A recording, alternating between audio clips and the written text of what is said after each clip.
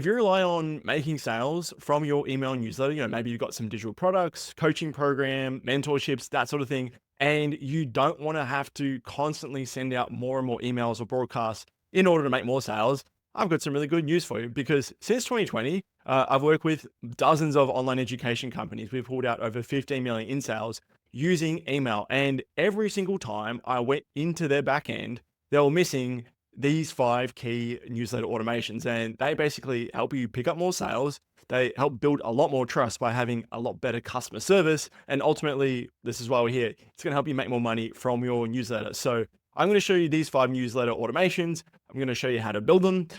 If you've got high level, you can follow along. Other than that, I'm going to show you the principles of how they work if you don't have Go high level. And the best part is that these are super non-techie. I actually went through AI to look at what are the best email automations. They didn't even come close. They were super techie and hard to put in. These are going to be very easy if you don't understand automations or if this is your first time. You're going to have a real easy time with this. So without further ado, let's jump into this first email automation. What you're looking at here are my top 5 newsletter automations. And I've been a bit of a cheeky guy and blocked off the rest. So hopefully you can stick around and see the rest of them. But we're going to kick off with this first one that I don't know why people who don't sell digital products or programs haven't really picked up on this. E-commerce does this really well, and it's called a cart abandonment. And if you can't understand my Australian accent, it is cart abandonment. Yeah. Okay. We're good. We're good now. Cool. All right. So 2-step checkout cart abandonment. The way it kind of works like this in e-commerce, and how it should definitely apply if you sell digital products, is you land on a checkout page, but the first thing you have to do is put in your email address. It's before you go to the checkout. Then behind the scenes, what they're doing is you put that form in, then it puts you into a bit of a sequence and says, has this person bought? No, they haven't. Send them a follow-up email. Like, why did you go pat the dog? Why did you give someone else attention rather than buy my shit? It's essentially what they're saying, right? And then the final part is let's not be an annoying pest and actually remove them from the sequence if they buy that thing. So if you have a digital product or a course and someone lands on the checkout, don't send them straight to an order form where it says credit card and all that sort of stuff, right? Ideally, you want to grab their email. Some have a 2-step form. We're going to use GHL to walk you through, I am going to show you how to use GHL or Go High Level to walk you through this. If you use other platforms, I'm sorry, that's just the main one that everyone is using right now. The principles are going to be the same though. So let's sort of walk through that. The first part is let's look at that form. So we're going to build a form here. I'm actually not going to build a form. I built this before we got started. So we're going to do cart abandoned checkout. And you're going to see here, this is wild with me as well, that GHL does not have this little loading thing. So a little fun tip is if I go to Bolt, this thing is pretty damn, here we go. I go to Bolt. I'm not a coder, definitely not techie, but I did take someone's little loading bar thing that I really, really liked. And I said, hey, can you recreate me the HTML for this? And it did that. So there's that little hack. But in this stage, people put their email in there and it triggers this automation here. Holy crap. Okay, this is the automation we want. Okay, so in this first one, the trigger is going to be form submitted. It's form submitted because that's the way GHL works. And we're going to go form submitted is the cart abandoned checkout. We're going to give them a tag because I want to see who's cart abandoned and who hasn't, so I can do some fun stuff later. Then I want to wait for 20 minutes. That seems somewhat appropriate to send a bit of a tap on the shoulder to be like, hey, what are you doing? We noticed you left something in the cart. It's actually a shocking subject line. So I'm going to do notification. I actually wrote this before that. Problem with your order, because it actually creates a bit more urgency, a bit more like, hey, there's a problem, that sort of factor. And we're going to keep sending them, not keep sending them, but however you want to do for the next 4 or 5 hours. Like, hey, what happened? I might do 2 more emails in the next 5 hours. What's happening behind the scenes as well is that I've got this second automation here. And in this automation, it is basically saying, if they've completed the sale, and in GHL, it's kind of finicky, you to go funnel, the ebook funnel, what's the page, what's the product, what's the submission type. And then once that's all clear, we can remove them from the workflow. And that workflow is the one that we just created here so that it knows once I made a sale, okay, kick them off, get rid of that cart abandoned tag and put a buy tag on and say, welcome, essentially. It says you're in, okay? That is that first part of the two-step checkout cart abandonment. Now, if we zoom out here, I'm going to go to my secret square and we're going to go here, a call browser abandonment. Now, this is very close to a two-step checkout, but it's not because it's slightly more stalkerish, but I'm helping people in the process. I take it, I'm kidding again, we're not being a stalker. But what's different about this on the left is that we don't have this person's email address, but with a call browser abandonment, let's say you're selling a high ticket offer and someone's on your email list and they've checked out your sales page, or sorry, your VSL page right here. Let's zoom in a little bit. They've checked out your VSL page and like this, and then they haven't decided to book a call, which is kind of sad. What do we do, right? Well, what we want to do is set up some automation so that if someone books a call with you, they're going to get a tag. And we're also going to have an automation set up so that whenever someone lands on your page and we wait a little bit and they don't have that book a call tag, we're going to send them like a, hey, what happened sort of email. If they do, then they don't get it and they get removed. That's essentially how you pick up more calls from this. And to show you how well this works, check this out. So this is from a case study slide deck I've got from one of my past clients, John. In the first 2 months, we booked him 84 calls for his high ticket program. And for a 10K offer, you know, those calls are worth a lot of money. If you put that into perspective, it's in the tens of thousands, right? So we don't want to lose any calls. So 84 is what we booked total from the newsletter after working with me. But here's the cool part you want to see. One back through dual sequence. This is the call browser abandonment. So if we have, let's bring this calculator up. For every 10 calls, what is it again? So they always said it was a bit slow at school. So for every 8.4 calls that we booked from the list, one of them came from this win back sequence, which, hey, I mean, like, it's basically free money, essentially. All right, so we've got an obnoxiously zoomed in sequence here. And this one's pretty simple, right? So we're going to do trigger, booked triage call, booked a call, and it's going to be in calendar, Google Calendar. Here's the weird part about GHL, and sometimes why I feel apprehensive about recommending it is that it's just so finicky sometimes.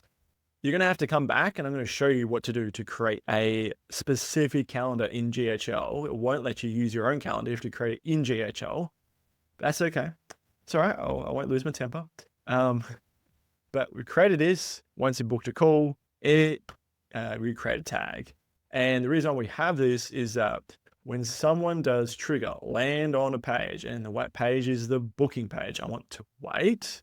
I want to have a if-then sort of statement where it says if they have this tag, it includes the one from this automation here, then remove them from the workflow because they don't need to be followed up with. But if they do, then put the call ban and send a recovery email here. And now for the total finicky part, if I'm being blatantly obvious, is we're going to go to calendars here. And I thought that, hey, let's just hook up my Google Calendar and we're good to go. No, you have to go to calendars and you have to create your own calendar like this. You set one up and you basically click confirm. I've already done this one earlier, and that is what has allowed me to go to here in calendar, Google Calendar, and save. So if you have a specific triage call for clients, make sure it's only this one, because the worst thing you could do is accidentally, if a client books in and you send them this, they're going to be like, what the hell, man? Like, that's unprofessional. It's just going to look bad, right? So in the process right now, you can already thank me later. I've saved some sales along the way for you. And you won't find these on AI and all that sort of stuff. If you want to go grab something to help you figure out how many extra sales you could be making with every email you're sending, this is going to be super relevant because the more times you know you email and how much money you can make, then you're going to get more motivated. I encourage you to go check this out. It's called the Email Profit Calculator. I'm going to have a link in the description below. And it's going to be a nice accompaniment to these 5 automations. But enough shameless self-promotion. What do we have next? Here we have what's called trigger email to an IOI. What the frick do I mean by that? Okay, so a trigger email from an IOI is an indicator of interest. Now, I got this from Travis Sago, and he had this set up, and I wanted to use an example because it's so damn powerful. If I was interested in joining Royalty Ronin, it's a really cool Facebook group, school group, and I got this email that said price increase for Royalty Ronin. I open it, I put my hand up and say, hey, I'd be really interested. I'd be interested to check out more. A few hours later, I get this email saying 30 days of Ronin on me. So clearly he had something set up so that if I had gone through and I had not purchased this here, then he was going to send me a follow-up email. And the way you do that is through what's called an IOI sequence. Now, the cool part is it doesn't have to always be an open, right? It can be clicked onto a landing page, but I just like to do opens for now because especially if it's here, it's a lot easier to set up. And you can get a lot more people who are interested because not everyone clicks, but if everyone opens an email that says price increase for this, I send them a downsell, I'm more likely to pick people up than the people who only click because there's a lot of lurkers. Let's be frank here. So I have this email that says price is going up and I want to put in what's called a wait step. And in the wait step in GHL, it's basically telling you wait until a specific action happens. And for this, we're going to go quick question and it's going to be opened. Great. And the weird, but this is why far out, like GHL is so finicky is that I can't like put into another sequence, wait for this person to open this email and then send this. Like it has to be in the same sequence. So like, fix that GHL. So in the meantime, I'm going to have to do this workaround where I wait for 12 hours because if I wait for 12 hours and someone goes to the next step and it's wait for 12 hours, it makes 24. Does that make sense? Because I want to wait a full day. But if someone goes all the way through here straight away, then I would need to balance some sort of appropriate wait step. Anyway, it's finicky. So now we've got to put on a condition. So yes, they open the email, but I don't want to just send it to everyone. Let's assume that they have purchased this product here. So they got the tag. Here's the tag, digital product purchase, Shogun. So I'm going to go back. That's actually fucking not correct.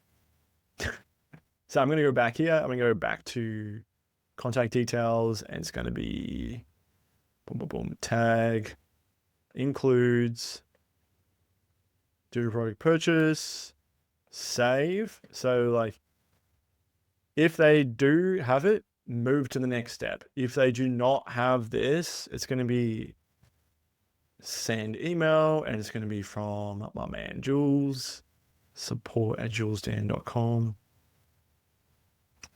And it's going to be what happened. Yeah, 30 days on me. Yep, just like good old Travis did. Get 30 days on me. I'm going to click go to. After they get that email, I'm going to sync them across up here. I'm going to put this person, if they didn't open the email, bad luck. I'm going to send them across to the next wait step here. And so what we have is, okay, so someone opens this email and it says price is going up and it goes, go to the next step. Condition, do they have a tag that says they have this product already? No, they don't. So what we're going to do is we're going to then push them through to the next step, which is send them a follow-up email. If they do already have it, then we're going to wait another 12 hours before we send the regular daily email. So this is the trigger email for an IOI. And think about the potential about this. If you have a digital product and you have an objection or you have something about price or you literally call out something very specific to the prospect and they open it, what can you do with that? You can send them videos, you can send them to a testimonial, you can send them to a piece of content, you can address that specific thing that no one else gets, and it's highly segmented. And that's why I think this is one of the most powerful things that's not spoken about online, and it will help you make more sales and be more of an effective newsletter writer, email writer, whatever. All right, so for this last two, I'm being cheeky because they're not actually automations. They're just really good things that automate things in your newsletter and will make you more sales. and help you be more of a helpful creator. So the first one here is the super signature. Now, Justin Welsh did a really good job of giving me this example here. And the reason why I love the super signature is because it says this, right? So you give them all the value you want in an email. It could be like 2,000 words, no pitch. Then at the very end, you have this box. It says, here's 4 ways I can help you. And this is basically the next logical step. Now, Justin has 2 of his courses or 3 of his courses, and then a placement ad for his newsletter. You might not have this. So I want to show you the next best thing you can include in the super signature. And I've used this before for clients, and it's really helpful if you don't have a shit ton of products on your shelf. So if you are not Justin Welsh with lots of product suites and ad space to sell, or what do you put in that super signature down the bottom and still be really effective? What I found is that, especially if you don't have lots of products, maybe you have a high ticket coaching offer and you just have one thing, I still want to take advantage of that real space because it's really effective to have that little box. People just pick their own adventure. I used to think that the power of one was that people just need to have one specific action, and that's the only thing. Otherwise, it will distract our objective, our goal, and there'll be less conversions. What I found was when I was testing this with clients, after I had tested every single thing to optimize, was that if we put this little box down the bottom, and this is for clinical marketer, they help physical therapy businesses scale their practice. I was like, how do I reinvent this super signature to make it actually more relevant? Especially if they only have one specific action, which is to book a call and them to close them on that call. They have a bunch of really, really handy lead magnets, right? So I want to sort of structure from the top all the way down. What's the first major problem that they're going to have before working with them? And for them, that customer avatar was they can't get on the phone and get past insurance objections. So the first thing I want to do is then link to a lead magnet that directly solves this. And there's a soft pitch at the end of that. The next part is, okay, well, I can answer all the objections from this.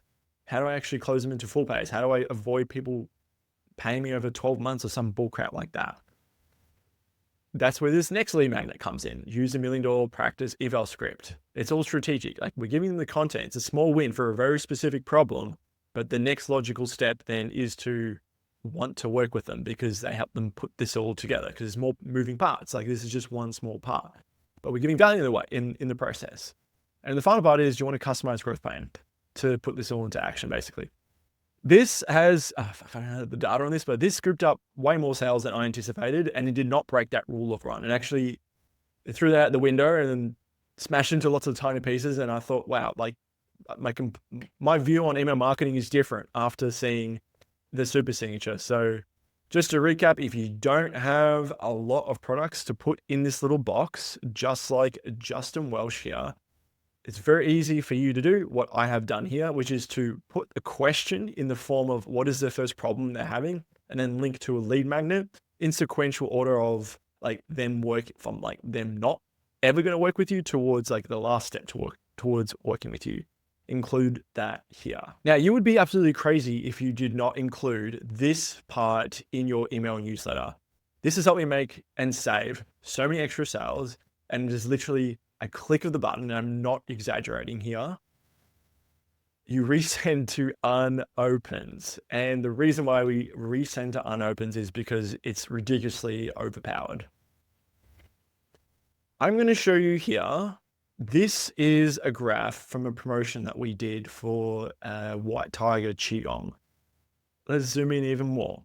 Okay, let's look at this. 19th and the 20th of April.